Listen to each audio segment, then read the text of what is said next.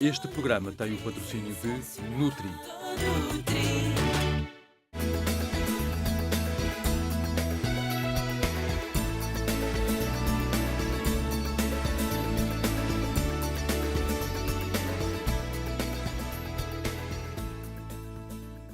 Olá, começa mais um Viva Saúde. As varizes são uma das principais preocupações do sexo feminino. Hoje vamos perceber como podemos evitá-las e tratá-las. E para isso convidamos a doutora Alexandra Osório, dermatologista. Obrigada, doutora, por ter vindo. Obrigada eu pelo convite, é sempre um prazer participar aqui convosco. Obrigada. Quais são as causas das varizes? Bom, a causa principal das varizes, de aparecer as varizes, é uma causa hereditária, ou seja, se tivermos um pai ou uma mãe que teve uma história familiar de varizes, dilatações de veias, etc., temos maior propensão de virmos a ter varizes. Mas ao longo, mesmo tendo essa carga genética e hereditária forte, há outras causas que vão agravar o aparecimento das varizes, sendo elas aparecer mais cedo ou mais tarde, consoante o aparecimento de alguns fatores. Sim. Nomeadamente, por exemplo, é mais frequente nas mulheres, porque as mulheres têm a progesterona. A hormona progesterona vai, digamos que, fragilizar um bocadinho as paredes dos vasos e, portanto, há maior dilatação das veias. Mas, por exemplo, os casos como a obesidade vão aumentar a probabilidade de termos varizes, tendo ou não tendo a carga genética, não é? Várias gravidezes, o tabagismo, a vida sedentária, o facto de não fazerem musculação nas pernas, sim, terem trabalhos, estarem muitas horas de pé, vai fazer com que haja a dilatação das veias e o aparecimento das tais varizes, que são mais do que dilatação das veias. Portanto, isto são as causas principais, não é? Sim. Também hábitos como andar de saltos mais que 10 centímetros também pode dificultar e pode fazer com que haja o aparecimento de varizes. Basicamente, podemos ter uma carga genética forte, depois agravada pelos estes digamos, processos que ocorrem durante a vida, ou não termos carga genética, mas sermos suscetíveis devido a estes hábitos. Nomeadamente sim, o tabagismo também, ou a utilização da pílula também agrava, devido à fragilidade da parede do vaso. Sim, mas então é uma doença vascular? É uma doença vascular. A variz é uma doença vascular, sim. Sim. E está na origem da doença venosa crónica? A doença venosa, sim, nós chamamos insuficiência venosa crónica, sim, ou doença venosa crónica. O que é que isto quer dizer? A irrigação das pernas faz-se pela parte arterial e o retorno do sangue que irriga até aos pés, as pernas, faz-se pelas veias. Sim. Agora, nós temos dois sistemas. Temos o sistema profundo e o sistema superficial. Então, o sangue, ao chegar até aos pés, volta para cima pelo sistema profundo e pelo sistema superficial, sendo ajudado o sistema profundo pela contração do músculo. As veias mais superficiais têm estruturas chamadas as válvulas. Então, quando nós andamos ou contraímos o músculo, o sangue vai passando de segmento a segmento entre válvulas e válvulas. O problema é que quando nós temos uma doença hereditária, nós podemos nascer sem válvulas nenhumas, sim, ou com poucas válvulas, ou válvulas pequeninas e, portanto, o retorno que é feito assim por propulsão não é feito bem, e então há digamos que a coluna de sangue, em vez de ir dos pés até ao coração de uma forma segmentar, acumula-se mais para baixo e faz a dilatação da veia periférica. E é uma das causas da insuficiência venosa periférica, é a alteração da própria parede das veias. Sim. E qual é a diferença entre varizes e derrames? Digamos que são duas manifestações da mesma doença, só que as varizes são veias bastante dilatadas, digamos com um calibre maior do que, digamos, 2 centímetros, bem dilatadas, em que temos aqueles sistemas de válvulas, e os derrames, digamos que são dilatações de veias mais fininhas, uns fiozinhos de veias que existem à superfície da derme, que podem ser de cor azulada ou encarnada, em forma de rede ou de aranha vascular, que ocorre por compressão externa, por exemplo, usarmos roupa muito apertada ou termos celulite localizada e então pela compressão da própria celulite há um espremer do sangue para fora, perto da pele, e então ao aparecimento dos vasos ficam um bocadinho mais dilatados. Digamos que as varizes, digamos que há uma dilatação da canalização, sim, não é? Sim. E os derrames, digamos que são umas dilatações das veias da pele, da própria pele, muito mais superficial. É claro que as varizes, quando se tornam muito tortuosas, muito dilatadas, vêm à superfície. Claro. E quais são as principais manifestações das varizes? É cansaço ao final do dia, sensação de pernas cansadas, inchaço, depois vem um inchaço, o edema, porque o retorno do sangue que vai para as pernas não se faz de uma forma equilibrada. O sangue, quando volta ao coração, depende do bombeio, o sangue bombeia, o coração bombeia o sangue para as pernas, mas também o facto de fazer o vácuo, para encher-se de sangue, o coração, puxa também portanto, o sangue que vem das pernas cá para cima e as válvulas vão ajudando. O que acontece é que, às vezes, este sistema está um bocadinho mais dificultado e as pessoas, ao final do dia, estar muito tempo de pé, ficam com as pernas inchadas, sobretudo do tornozelo para baixo, ou ao meio da perna para baixo, e a sensação de cansaço. Chega-se mesmo a ter...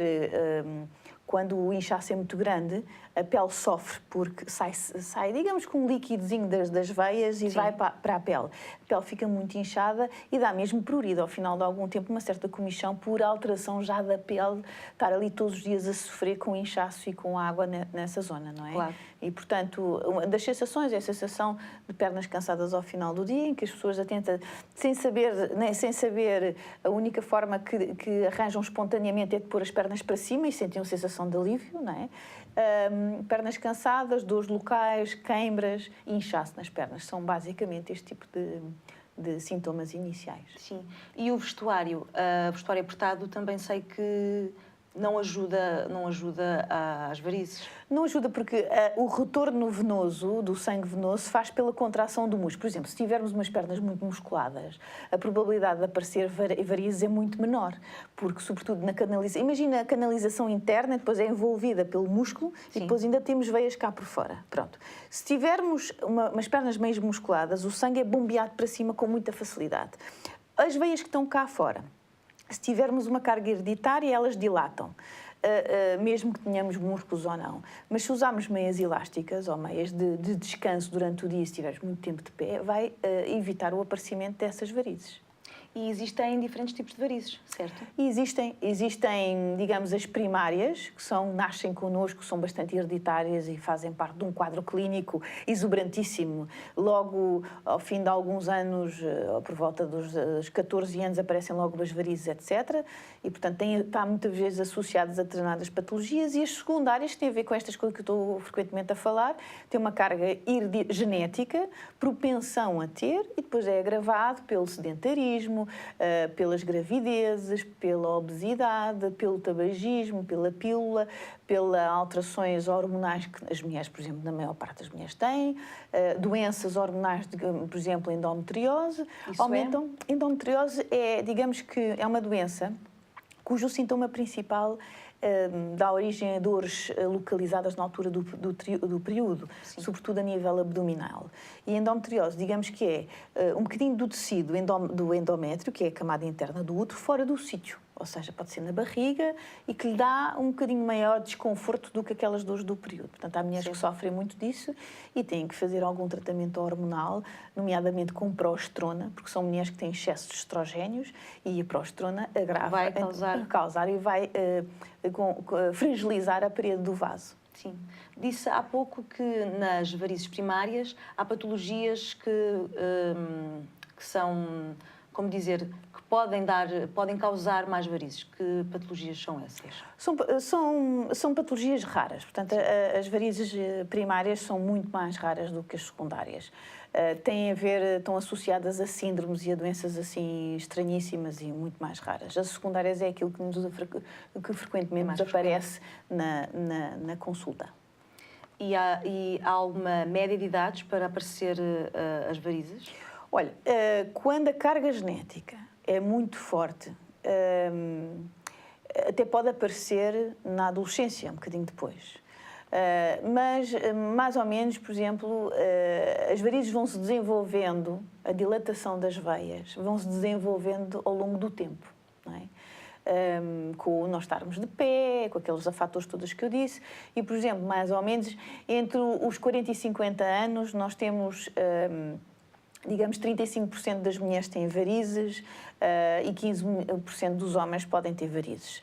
A partir entre os 50 e 60, a proporção entre as mulheres e homens que têm varizes é praticamente idêntica. Sim. Pronto, e mais ou menos é estas idades que aparece porque a variz resulta de uma modificação da parede e, portanto, uma dilatação progressiva da parede e precisa do seu tempo. Claro. Que cuidados diários devemos ter para não termos este problema?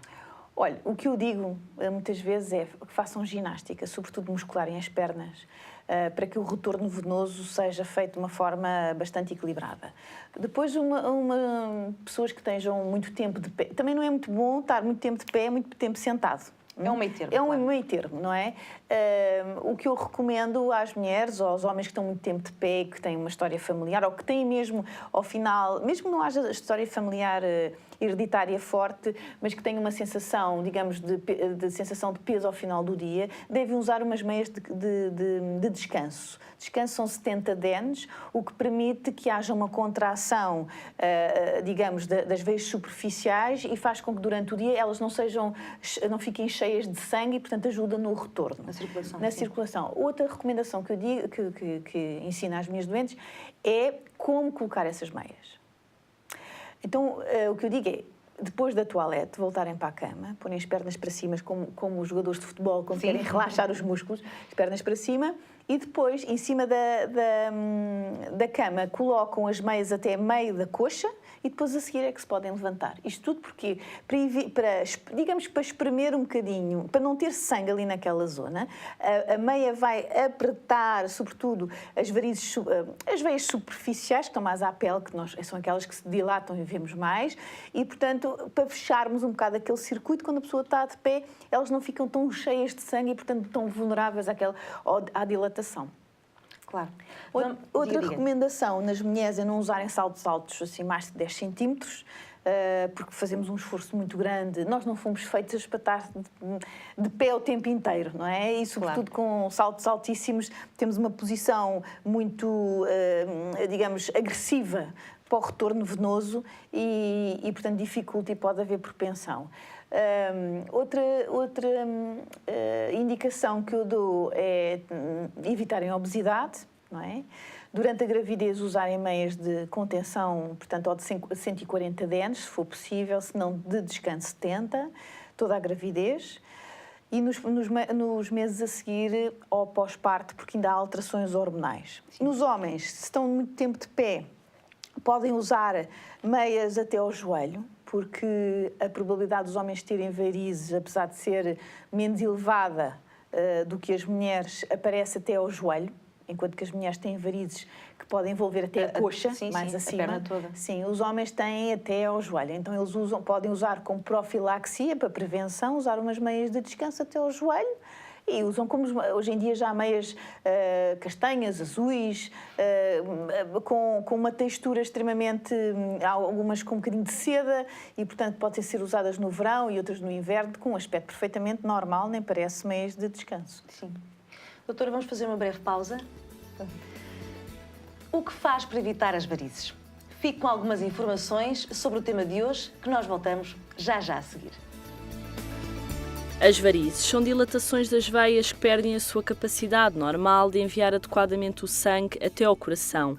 O problema surge quando as suas válvulas, que controlam a subida do sangue para este órgão, falham. Incapazes de cumprir a sua função, estas veias vão se convertendo em reservatórios onde o sangue se acumula, enfraquecendo a circulação e tornando-se cada vez mais visíveis e volumosas. As mulheres são mais afetadas do que os homens por uma questão hormonal, já que as hormonas femininas debilitam a parede venosa, o que favorece a sua dilatação.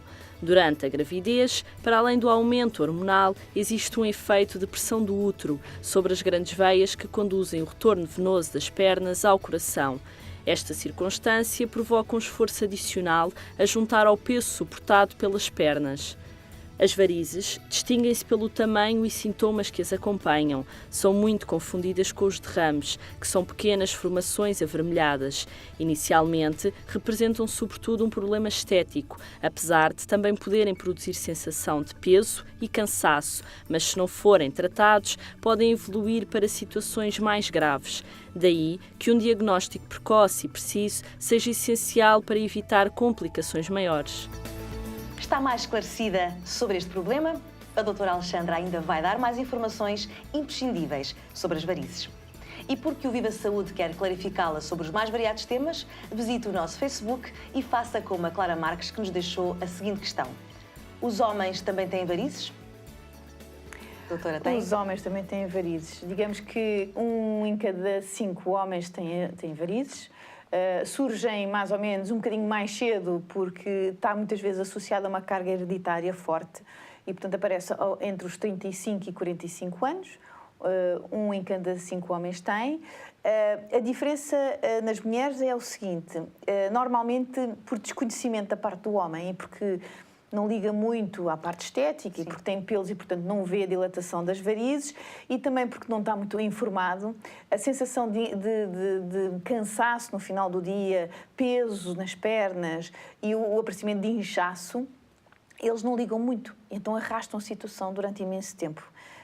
Só mesmo às vezes quando já a dor é insuportável, porque depois se avançar a situação clínica dá origem à dor, eles recorrem ao médico, não sabem muito bem, nem fazem a mínima ideia a que médico devem recorrer, vão ao clínico geral a pedir ajuda, a dizer que de facto a situação está insuportável.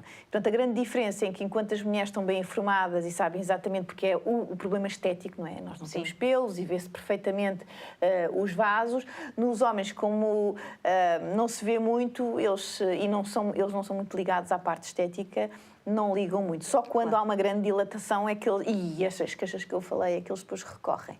A grande e também diferença é essa. porque associam como sendo um problema de mulheres e não de homens, portanto... Eles nem sequer estão informados, percebe? Não é uma coisa que lhes passe pela cabeça preocuparem-se. É quando eles estão em grande sofrimento é que eles depois recorrem, porque qualquer doença que eles têm, eles não ligam muito. São um bocado mais... Apesar de serem mais frágeis nessa de aguentar a dor, qualquer patologia que não provoque muito dor, eles não ligam muito. Têm outras coisas, têm outros interesses. Enquanto que a mulher focaliza-se mais porque é mais cuidadosa da sociedade e da família e dos filhos, tem mais essa vertente, então cuida-se mais dela própria. Claro. E quais são as principais consequências das varizes se elas não forem tratadas?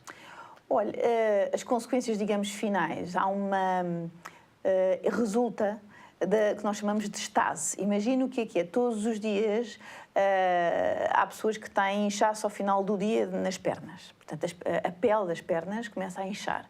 O quadro vai evoluindo e, em vez de ser só o tornozelo, chega até meio da perna ou à perna. E, portanto, é uma sensação de peso, cansaço, dilatação, pernas inchadas. Depois do inchaço, há uma alteração de toda a estrutura da pele. A pele não foi feita para estar inchada, não é? Claro. E, portanto, a pele começa a ficar em sofrimento, há mais sangue ali a circular, há mais líquido e, portanto, pode haver até extravasão de glóbulos vermelhos que saem dos vasinhos e vão para a pele. O que é que isto resulta? Resulta como a hemoglobina está dentro do glóbulo vermelho, ele rebenta e há depósitos de hemossidrina, de ferro, na pele. Então a pele pode fica inchada, depois começa a haver alterações que nós chamamos de alterações tróficas, portanto, da qualidade da pele. A pele fica um bocadinho mais grossa, não fica tão flexível, menos elasticidade. A cor começa a alterar-se, começa a ficar com um pigmento azulado, depois um pigmento acastanhado, devido à hemossidrina, não é? Sim. Depósitos de ferro na pele, depois é difícil, super difícil de tirar, e a pele começa a ficar atrofiada, ou seja, em vez de ter aquela elasticidade, fica dura, parece mesmo pedra.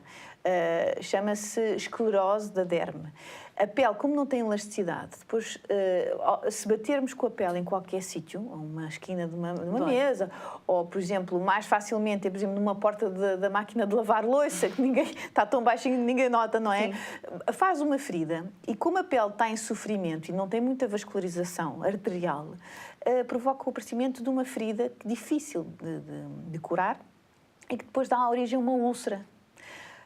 recidivante e super difícil de curar, porque a vascularização não se faz de uma forma equilibrada devido ao sofrimento da pele.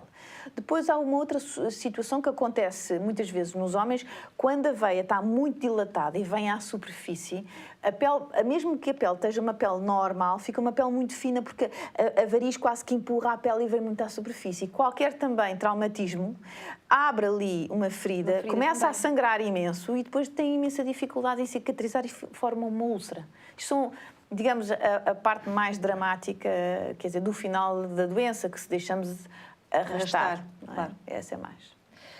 As varizes nas peles africanas têm outras características ou são as mesmas? Ou são as mesmas. São as mesmas.